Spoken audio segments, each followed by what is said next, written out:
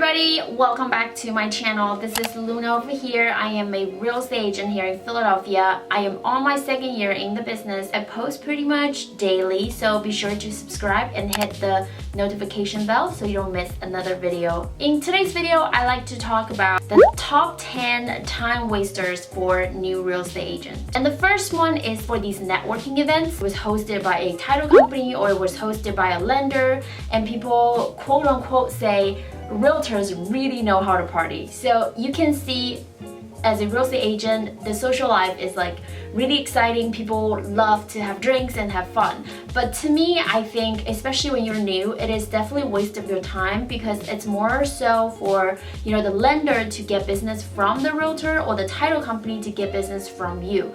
And the second is to the notification on your social media. So how many of you guys are guilty of spending way too many hours on your phone, scrolling down Instagram or Facebook, and you're just watching those funny cat dog videos and you wasted almost like 20 minutes. If you are in the office, if you are setting time for prospecting, definitely mute and change the notification on your phone. So that way all these stuff you can go home and then you can review them later on. Thirdly is to stop blaming on others. And I know especially with real estate, there are so many times that deal fell through. It could be this person's fault or it could be the client's fault, the buyer's agent's fault, but instead of blaming on other people, you need to just move on to the next deal because the time is the most valuable thing. Instead of spending time wasting blaming on others, you should go on your next deal and prospect for more leads. Move on to the next is to constantly worrying about what your competitors are doing. And I think that is such a waste of your time because it doesn't really matter what others are doing, especially if they're in your same market center. If you are copying what others are doing, you're already one step behind.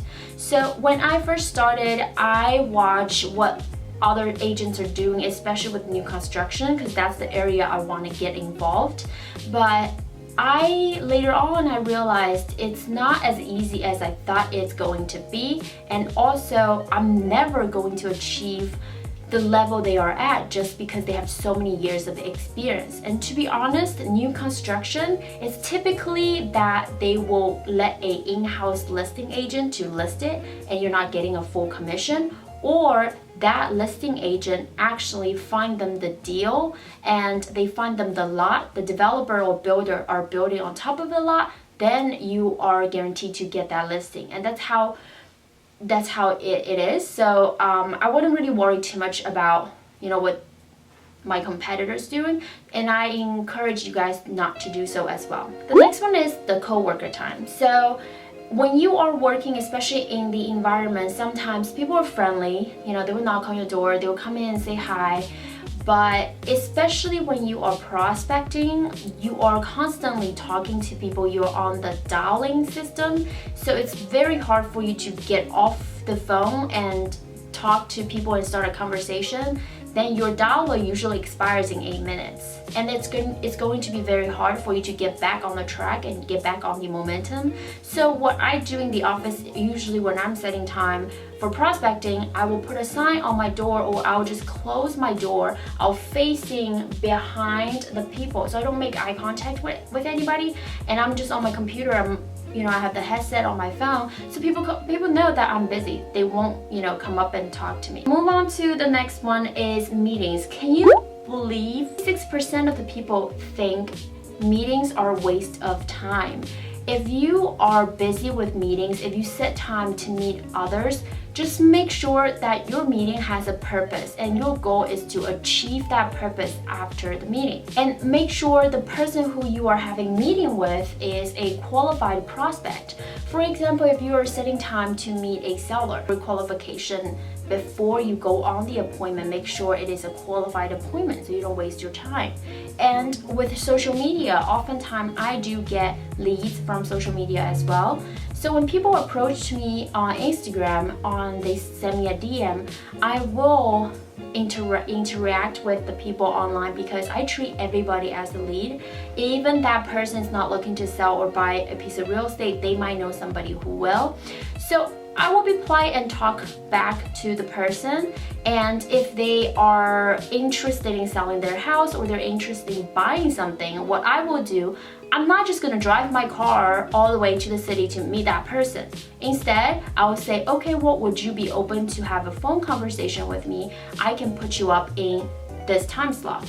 Then I start to get that person on the phone. I get a vibe of if they're being serious or not. I ask them all the pre-qualification questions about to qualify if they are a good buyer, and then if they are a seller to qualify if they have equity in the home, if they are a legit seller.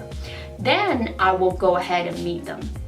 So never really set a meeting just for the sake of setting a meeting. And move on to the next one that I think is a waste of time is to take personal phone calls during business hours. What do I mean by that? I see people in the office sometimes taking phone call from their spouse or taking phone call from their college friends.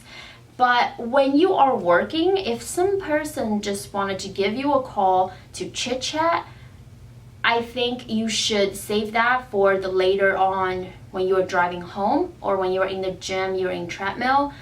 You know, use those times to talk to people and family. Definitely not using the prime time when you are producing leads or working to talk to family members. And that, to me, I think it's also a distraction. Move on to the next one, and that is also the last one, is to chase that one big sale in your career. So a lot of time people, especially in business, in real estate business, people tend to think that what if I close this 3 million deals, my commission is going to be $70,000. What if I sell that big piece of commercial real estate, I'm gonna make this much.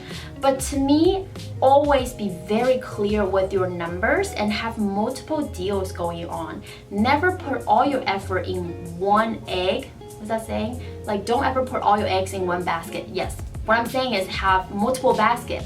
And even let's say you are getting this huge client, and don't put 100% of your effort in this client. Never let him sense that you are so desperate for that one check.